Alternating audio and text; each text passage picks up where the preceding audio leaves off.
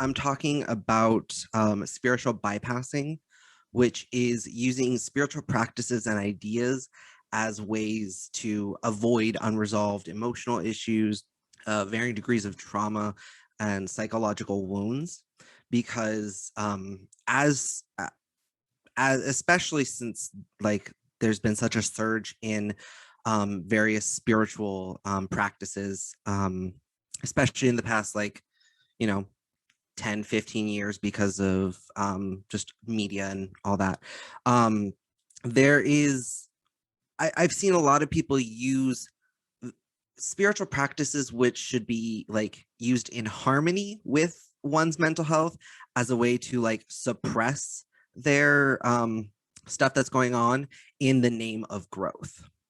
And um, there are various ways I've seen this, but like I'm going to talk about at least two of the popular ones, which the one I've seen most is like what it's high vibe culture, which at times I call like a very toxic high vibe culture, because when people are explaining about positive intention and living from the soul, a lot of people will talk about there's that phrase like a negative mind doesn't create a positive life, which absolutely like positivity is essential, but a lot of people have taken that on as I have to be positive all the time, and if I'm not, I'm doing something wrong. And because I'm dealing with whatever issue it may be, I'm not happy in this moment, which I'm doing something wrong at that point, which is not the case. Like having a positive mindset and having that faith and hope for things to get better doesn't negate the fact that you're going to have hard times. And what I see is that high vibe culture ends up actually doing worse for mental health. And yeah. Within that there okay, sorry, lost my train of thought there. It happens with me. But there is like when we're talking about like high vibe culture, there are many situations, but one is when we're talking about like if we go to the seventh principle where it talks in spiritualism, where it talks about you make your own happiness or unhappiness, which to an extent is true, but that is on the like micro level of your day-to-day life, whereas what I'm talking about is on the macro level of, you know, I'm unhappy about homophobia, transphobia, racism, like all of this, like xenophobic things, xenophobic ideas within the world. But because I'm unhappy about that, that doesn't mean I'm not positive. I'm not positive in that things will change and things will grow if people are taking the right steps and education and healing their own traumas. And this when I talk about the high vibe culture, it brings me to one something I saw posted from a friend who was last year when the Black Lives Matter movement like surged up again with George Floyd and the countless others. And this person is in a mixed race relationship. Her child is mixed race, and she was talking about like the fears of her son being out, like the fears of that, the anger, all of this. And some, no offense, but this is just what it is, some white lady who didn't have the understanding or even the just the understanding of the situation and the perspective was went in with like, you have to let go of that fear and you have to just keep that positive mindset because that fear is going to attract more. And it's like, no, that's in a sense victim blaming, which I see a lot of within what a lot of people call spiritual communities. Is like there's a lot of victim blaming because they haven't worked through their traumas yet, or in this case, like that's a systemic problem that we all need to work with. And so yeah, there's that. And within that, like if we're talking about this is something that is for me personally, I especially through my younger years up until like my mid 20s, maybe. I'm 30 now. So my mid 20s, I had a really hard time making long lasting connections with people. And um, it people in the spiritual community would say, you like with affirmations would be like, you're worthy of this, you're worthy of that, or you can, I'm attracting all of these friends and I am love and all that, and focusing on that without recognizing the trauma that came with it, which I realized in part was when I was younger, I obviously didn't have the concepts of, let's say a friend moved and they just up and left out of my life. It wasn't like now where we can video chat or anything, or even have long calls, long distance. And so there were certain things like that that I didn't understand, like, oh, it wasn't a me thing, it wasn't a them thing. And then there were also things that I didn't understand about, like when I did have friends who just like stopped talking to me for whatever reason, not realizing and internalizing that as a me thing, and that there was something wrong with me. And um it was it was an attempt to help me and comfort me, but multiple adults within my family had said, don't worry about that, you don't need friends, they'll only let you down, they'll only hold you back. And like, yeah, don't say that to a child, one. But it came it through my own, using spiritual practices and work. I got to that point within meditation and just realizations and self-work. But a lot of people that I see talking and posting about spirituality, about suppressing those and trying to cover them up with positive thoughts. But if you don't work on that initial trauma or mindset that's holding you back, you'll still have it underneath and it'll always bleed through. And another thing is, when we talk about self-awareness, there's also a difference between self-awareness and self-actualization. So if I don't know, like being like a self-destructive trait you may have, like, and you're aware of that self-destructive trait, but you're doing nothing about it. That a lot of people that I've seen, and I've even seen, I can give an example, but it's recognizing that self-destruction and saying, okay, well, I've done the work, I understand where that comes from, but then doing none of the like work to work through that healing, and thinking that it's like a once and done type of thing. And this kind of ties into the other aspect, is when we talk about empaths. Now, obviously, I'm not saying there are no empaths.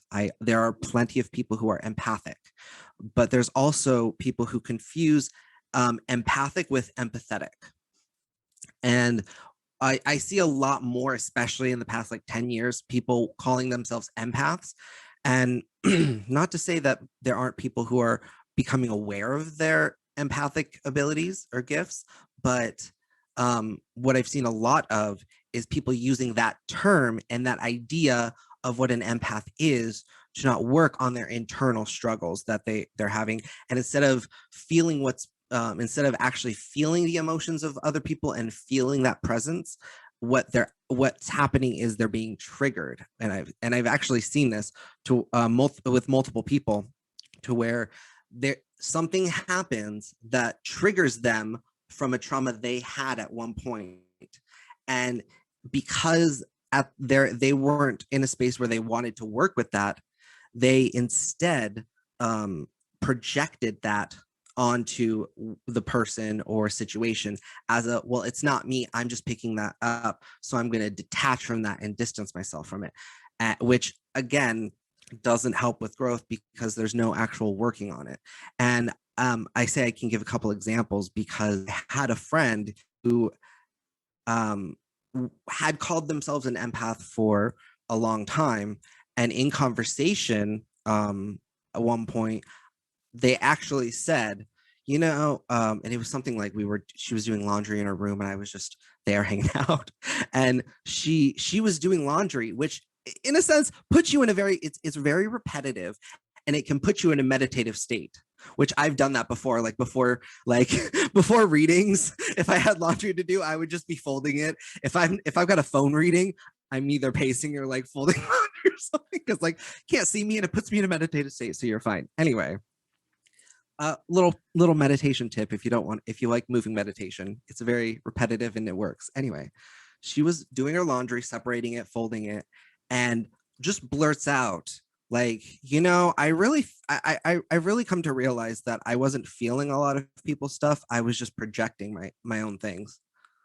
20 minutes later, it's as if she said nothing, and then like weeks later she then starts to say that she's going to do readings for people. I'm like, no, no, that's you had it for a second, you said it, you knew it, and then instead of working on that, you just backtracked. And I yeah I, yeah and the thing is, with me, I can compartmentalize wonderfully. um and I was actually talking to a friend who is queer and Black, and we were talking about how that ability to compartmentalize our emotions, our ideas, whatever, our experiences, a lot, like people who have experienced some form of oppression seem to be very good at that, because they had to survive or get through. And that that helps me in my work, because I can detach from my own life and be completely present for the person I'm working with and reading for. And none of my stuff gets involved. However, I also understand that in my own personal life, that can also be an issue, because I can then like use that as a way of like, if something bad happened and I don't want to deal with it at the moment, I can easily compartmentalize that away. And a lot of people see that as, oh, you're so strong, you're so spiritually evolved. It's like, no, I haven't dealt with it. I've just put that aside for a minute. And there's this like hype around being spiritually evolved, to where it's something to be sought after, which that's great, but like even people within the spiritual field, like other practitioners, a lot of them don't want to do the work on themselves, which is actually another form of their trauma. Is instead of working on themselves, and this is another thing that I've heard, which is similar to like the empaths, which is healing auras attract unhealed people, and people utilize that as a way to not understand or not accept the relationships that they have in their life, or and I was one of those people. And this isn't a judgment, this is literally just fact, and like I feel it too, because I heard that multiple times. And in my mid-20s, I had back-to-back situationships.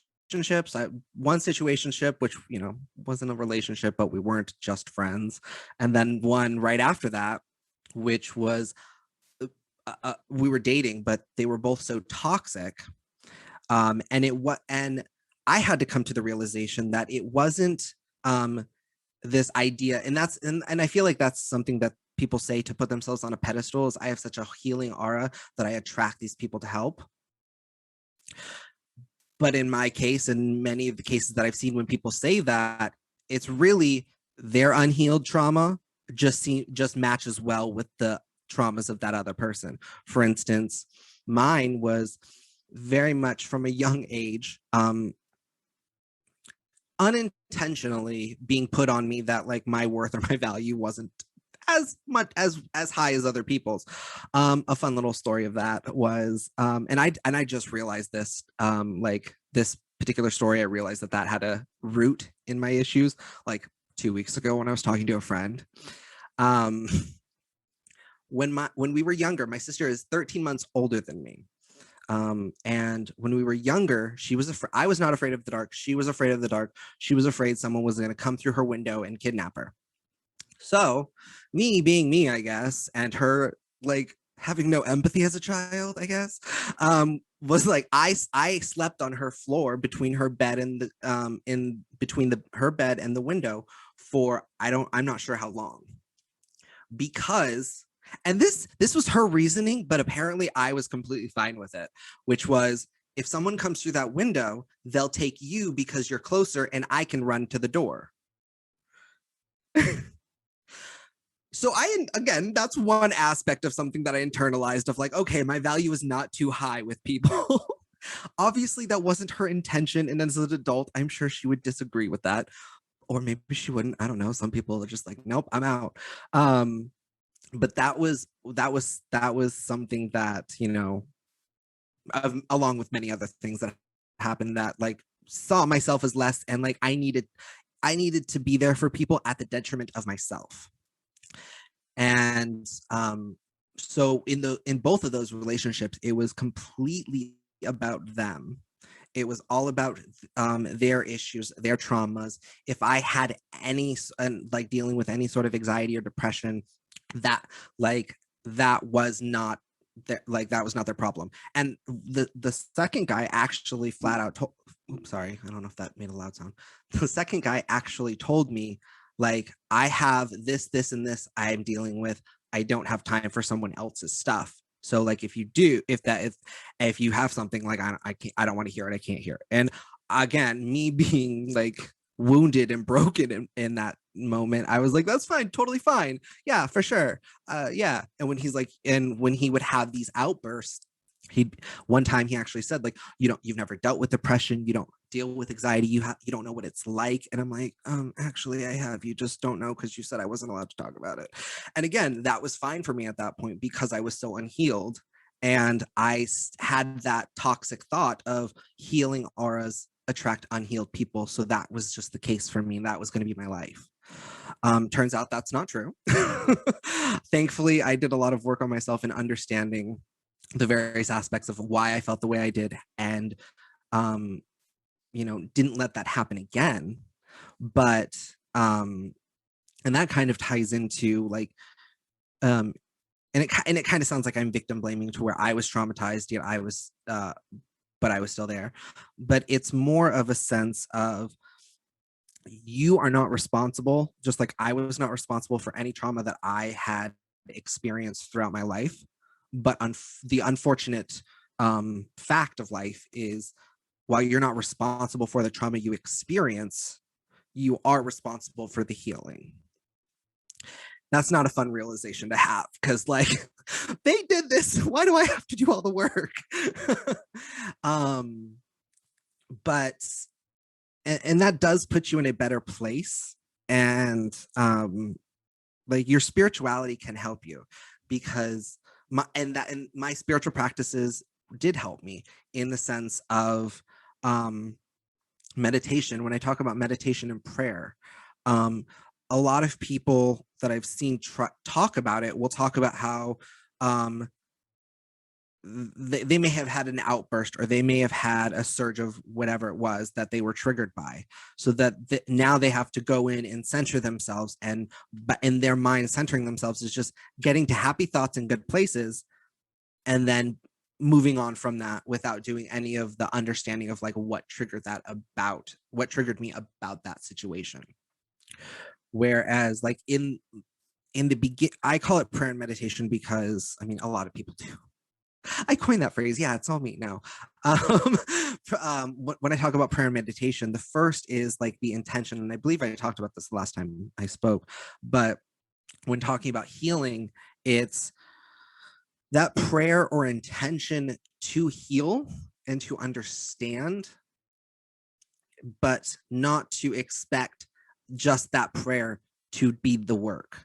And allowing that spiritual practice of the prayer, and then allowing time for meditation to receive, whether you want to call it from your soul, whether you want to say it's like your subconscious, from your psychology coming up. But that intention allows your mind to focus on what is unhealed, and then giving that time to meditate allows those things to bubble up, those traumas. And if you need a therapist for that, definitely get a therapist, because there are some people that don't have the tools. Most people don't have the tools. I think everybody should go to therapy at least a few times. Because there are things like, even within therapy, there are things you could say to the therapist that they can understand, that you're not, that you wouldn't think to look at, and then say, have you thought about this? And give you tools that you wouldn't even think you needed at the time. um but people excuse me, people, I've seen a lot of um exchanging like mental health care for spirituality, when really it's kind of supposed to be that melding of, you know, like a physical not a physical doctor, yeah, a physical doctor, a medical doctor, there we go, medical doctor, a medical doctor, a therapeutic doctor, and your own spiritual practice, whether that's, with the church, or your own spiritual practice, whatever. But it's supposed to be a melding of those to help you in life, not to be a crutch or to suppress. And that's what I see a lot of people um doing with spirituality on like a macro level, of like all of the social media stuff they post. um so yeah, and that's spiritual, which spiritual bypassing is something I've talked about for years. I just didn't know it was a phrase coined in 1984 by a psychologist. I swear I'm able to speak, I know. um but so yeah, those are my those are my like insight, and I don't know if those would be insights, but like my views of what's been happening within spirituality, and um just suggestions on how to work through that. Because there are times, absolutely, when we need to like detach for a period of time. Maybe because if you're in a traumatized state, or if you're in a triggered state, you're not in the right headspace to deal with it in that moment, especially if you don't have the tools. um but I just kind of wanted to put that out there as something to think about, not only for yourself, but maybe other people you might be seeing, that you could say, hey, have you thought about trying, to meld these two, or instead of, um, putting it all on yourself, and feeling worse, trying to work through that. Um, so yeah.